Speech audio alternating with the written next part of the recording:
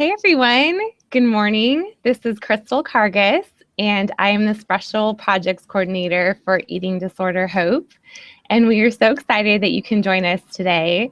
And with me, I have our featured guest, Dr. Margaret Nagib, and she is the faculty member of the Timberline Knolls Clinical Development Institute. So welcome, Dr. Margaret. We are so happy that you can join us. So much. It's great to be with you. Thank you. And today we're addressing a really important topic, and this is about co-occurring disorders that may occur alongside eating disorders. And this can include trauma and addiction. And I know that you specialize in this area, so we really appreciate you being here and sharing your expertise with us. No problem. And just to start out, can you just tell us a little bit about yourself and maybe just share with our viewers what you do at Timberline Knolls? Yeah, sure. Yeah. So I'm calling you from sunny Chicago today, which is where Timberline Knolls is. And we're a residential facility for girls and women. And we specialize in co-occurring disorders. So my role, I have had several jobs there in the last 8 years that I've worked there. I've done a lot of individual therapy, group therapy, family therapy, was the spiritual director for a while.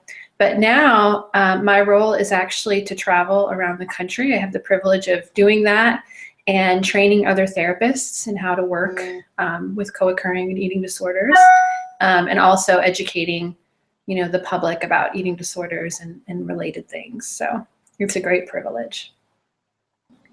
That's awesome. And your role seems really valuable and also really exciting. It seems like you have a lot of important things that you do there. It's very fun. Get to meet a lot of wonderful people who all have the same mission, of eating disorder hope, to get out there and really bring hope to people that there is, recovery. Absolutely. That is so needed. Well, thank you so much for sharing that. And if it's okay with you, we'll go ahead and just jump into our questions here. Sure. The first thing I wanted to ask you, if you could share with us and maybe help clarify for some of our viewers today, is just basically what are co-occurring disorders to start with? Can you maybe explain that a little bit to us? Yeah, co-occurring is just the professional term that we use. We used to use the term dual diagnosis to mean two things occurring at the same time. So for example, an eating disorder, someone has an eating disorder and maybe they have alcohol abuse. But what we realized is that sometimes it's more than two things at a time. So we changed the term from dual diagnosis to co-occurring because unfortunately, sometimes you can have more than two things occurring at the same time. For example, it's not uncommon to see someone with an eating disorder, let's say bulimia, and they have an anxiety disorder, like PTSD, and then may also have some type of depression or substance abuse as well. So it's just a term that means there can be more than two or more things occurring at the same time that are separate and yet related. Right. Thank you for explaining that. And just from your experience in your years of treating eating disorders, which co-occurring disorders do you commonly see together? Yeah, I would say the most common is anxiety or depression. Anxiety I seem to see more often, but depression and anxiety are closely linked.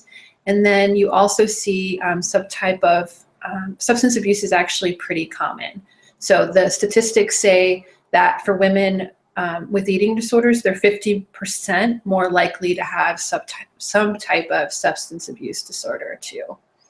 So we see that as well. Thank you for sharing that. And I know that that can be a reality that countless individuals struggle with. It's not just an eating disorder, but something else coming alongside of that. And that can definitely complicate things. Right. Can you use more treatment out there that's recognizing that? We've recognized that over the years. Mm-hmm. So there's more treatment options that involve treating all of the things at the same time, which is the most important. Sure, absolutely. And can you maybe shed some insight into why it's common that mental illnesses may co-occur together, or like eating disorders and addiction? Like, what's the overlap there? Yeah, I mean, there's a couple of reasons that can go into that. One can be genetics. One can also be temperament. So there's a common temperament among people who struggle with eating disorders.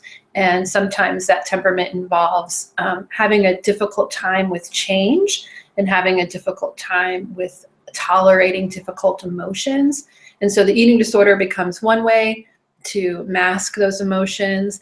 But then the person might discover, let's say they're in college, they're away from home for the first time, they start using alcohol recreationally, and then they also come to find, hey, you know, when I use alcohol, that also helps me with my social phobia that I have. And Sure. so it can be a variety of factors that go into it. But what's common to all of the disorders usually is some type of underlying issue. And so the goal is really to get at the underlying issue, because sometimes people do what we call symptom substitution. So they might be doing well, let's say, with binging and purging and doing much better with their nutrition, but then they find themselves drinking instead or something like that. So, Sure. Yeah, that definitely makes sense. Thank you for it's sharing like that the chicken and insight. the egg. Sometimes it's hard to know, you know, what came, Right.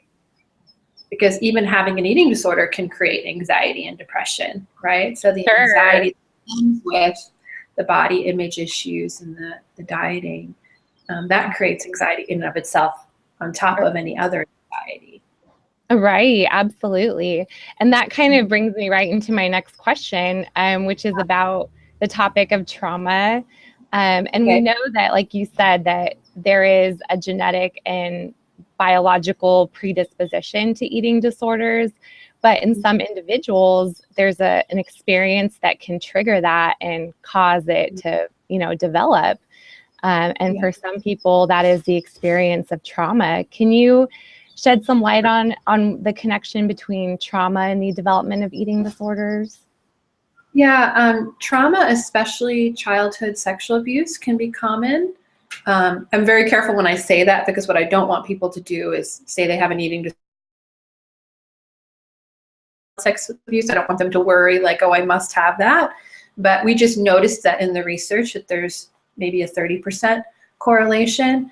And so especially with sexual trauma, although it doesn't have to be sexual trauma, there's so much body shame associated with sexual trauma that it can easily lead into an eating disorder because of the focus on the body and anger around the body. So it's like all of those things that happened against you and against your body. Now the eating disorder begins to be that way in which you play that out and try to deal with the really difficult emotions of having your body violated.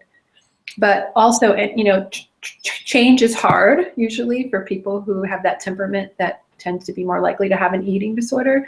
And so then you talk about trauma, which is not only change, but a horrible experience. And so that can be the way that someone tries to cope. So actually bulimia seems to be associated more with trauma, because bulimia it seems to be a way that people can really escape their negative emotions and their thoughts. Bulimia with trauma.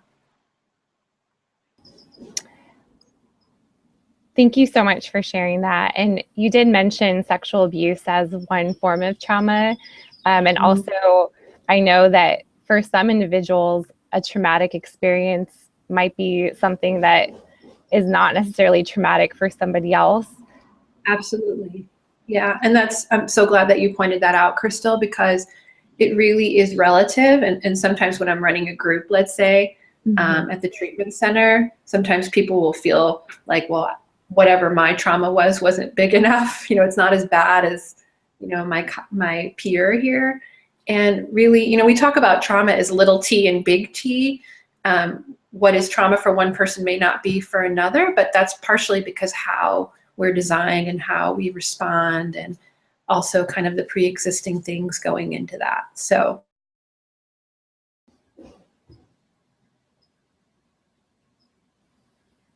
Thank you so much for sharing that. That definitely makes sense. And hopefully that sheds some light for other individuals who may have experienced trauma.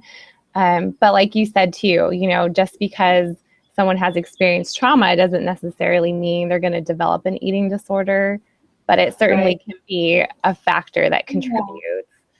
I mean, I think that, like, this is how I like to think about trauma, that, we're body, soul, and spirit, and trauma affects every aspect. Different types of trauma affects the different aspects of our being differently. So, for example, with physical or sexual abuse, there's a violation against our physical body. There's a violation against our personality, our mind, our will, and our emotions, and it changes our self-esteem, it changes how we view ourselves. But then there's also a huge violation with our spirit, spiritually. So, our spirit is where we get our sense of meaning and purpose, and it's the essence of who we are. And ultimately, that's why trauma can be so devastating, because it's an attack against the spirit. And so treatment really needs to involve all three aspects, how that's affected your body, how that's affected your soul, which I define as the mind, the will, and the emotions, and then how that affects your spirit. Absolutely. And that just leads me right into my next question, which is, for women who may have struggled with trauma and a related eating disorder, what are the ways that they can seek out help and recovery, and what treatment options are available to really address those aspects that you just addressed, the mind, body, and spirit? How can treatment be effective in helping someone heal in all those areas of their life? Yeah, so I think, especially with trauma and eating disorders, I think the most important message that I want to send people initially is there's a really good reason why you're struggling. There's a good reason why you're using, let's say, substances, why you're using the eating disorder. You're trying to cope with this very devastating life experience. And no one is designed often, especially if it happened while you were younger,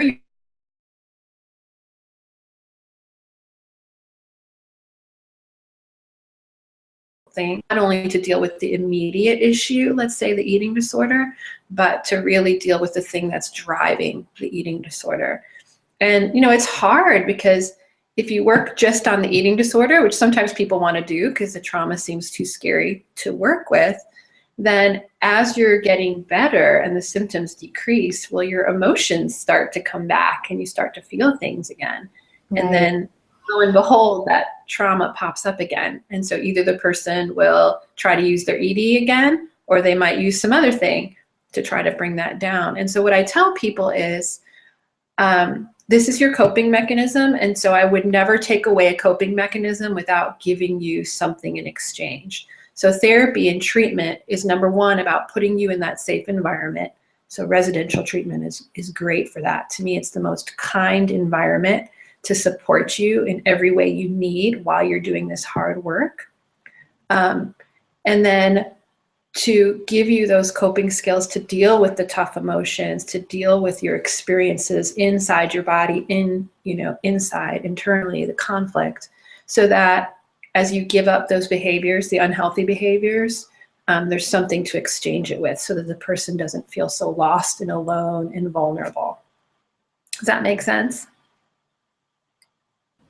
Yes, that definitely makes sense. And I really appreciate you sharing that. And I think that gives a lot of hope to people who might be struggling with this. Are there other forms of treatment? Like if someone can't necessarily do residential, what options might they have for treatment at this point? So the first step is always finding, a therapist. And if you've never been to a therapist, to get that initial meeting with a therapist is going to be about them asking you many, many questions to really get at what the heart of what the problem is. And then from there, creating a plan. So I think especially with co-occurring disorders, you want to find someone who is knowledgeable in both areas. Let's say, for example, an addiction and eating disorder.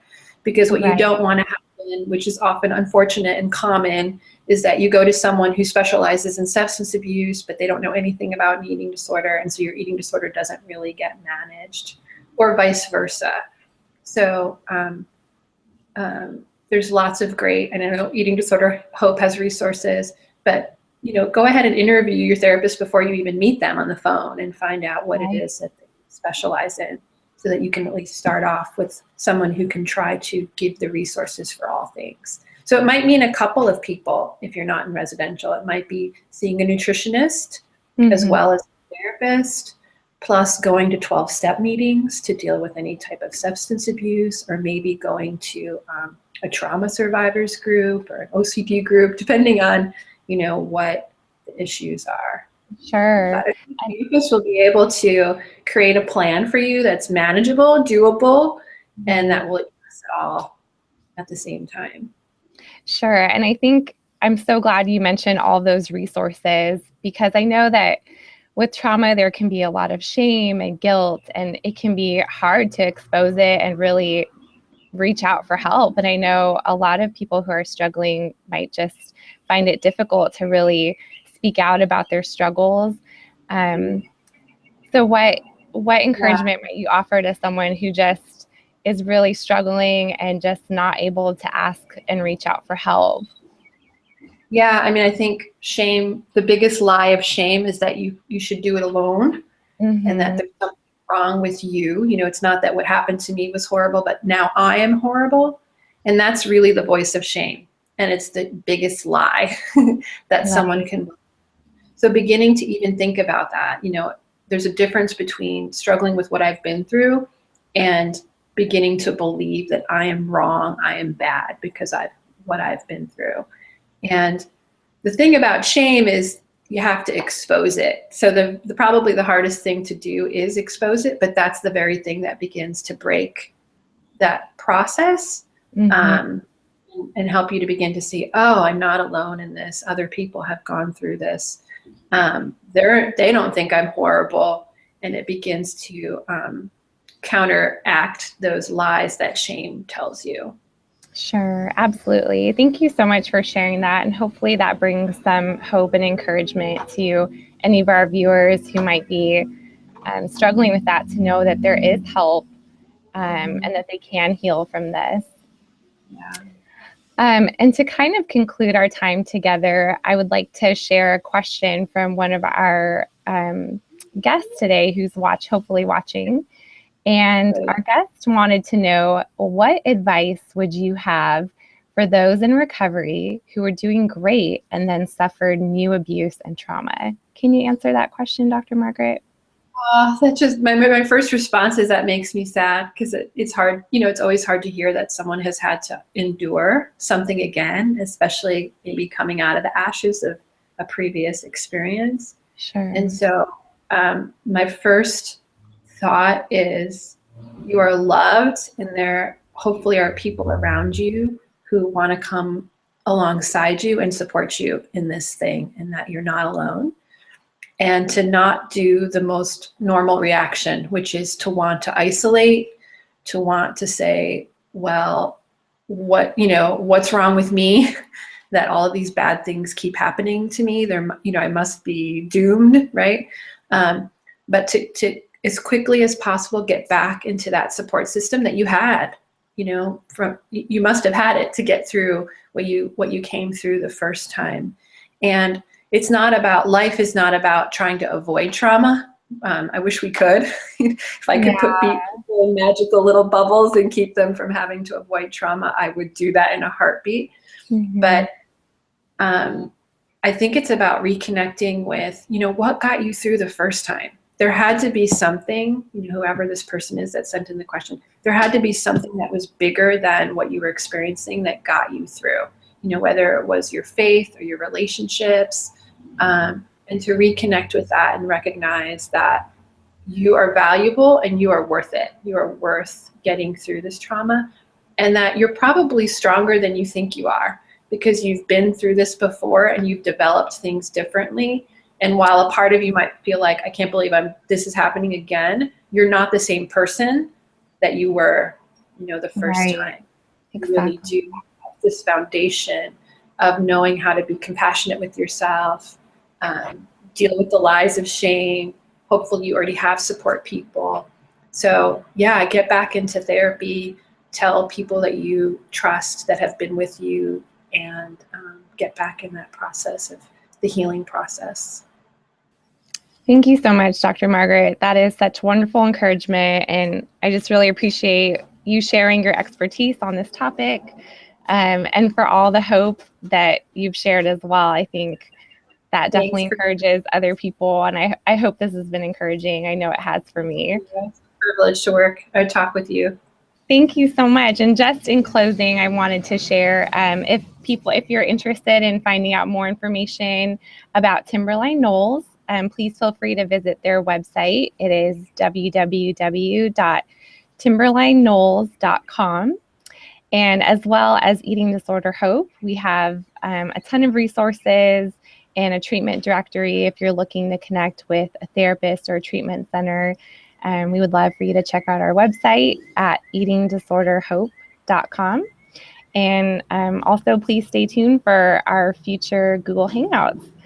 And thank you again for participating today. And thank you so much again, Dr. Margaret. Have a wonderful day. You too. Take care. Bye-bye.